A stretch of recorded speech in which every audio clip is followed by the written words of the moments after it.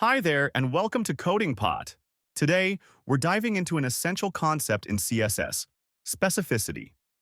Questions about specificity were asked in multiple interviews that I participated.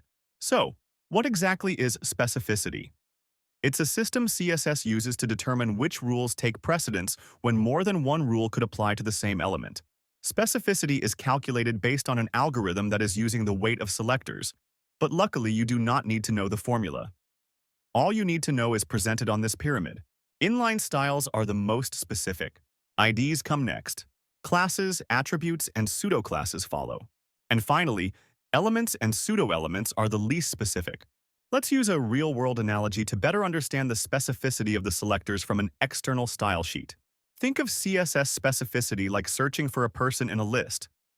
Imagine you're looking for someone named John Doe.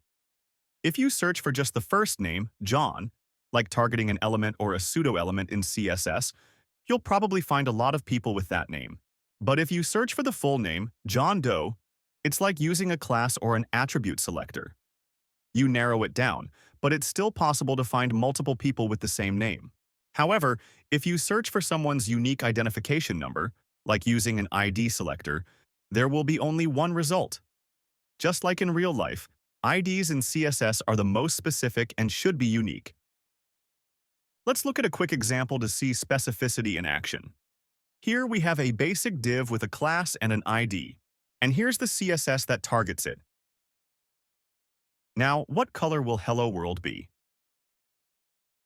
Even though all three rules target the same element, green wins because IDs have higher specificity than classes or elements. And that's the basics of CSS specificity. If you found this video helpful, don't forget to like and subscribe. Thanks for watching, and see you in the next one.